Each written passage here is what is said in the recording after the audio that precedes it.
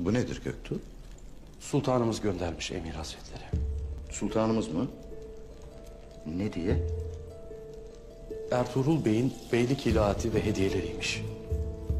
Sultanımız Ertuğrul Bey obaya döndüğüne göre sizin de Konya'ya dönmenizi emreder.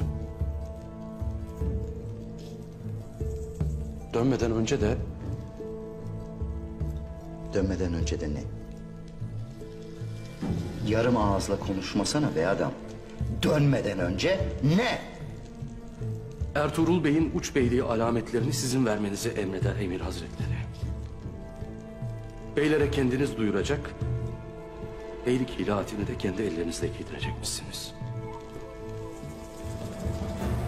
Allah kahretsin! Ertuğrul'u da, uç beyliğini de... Tövbe tövbe! Adamdan kurtulamadım! Şimdi de üstüne hilatini kendi ellerimle giydirecekmişim.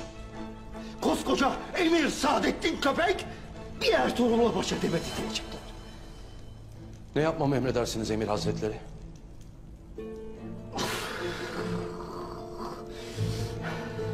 Ne yapacağız? Fermana karşı boynumuz kıldan ince.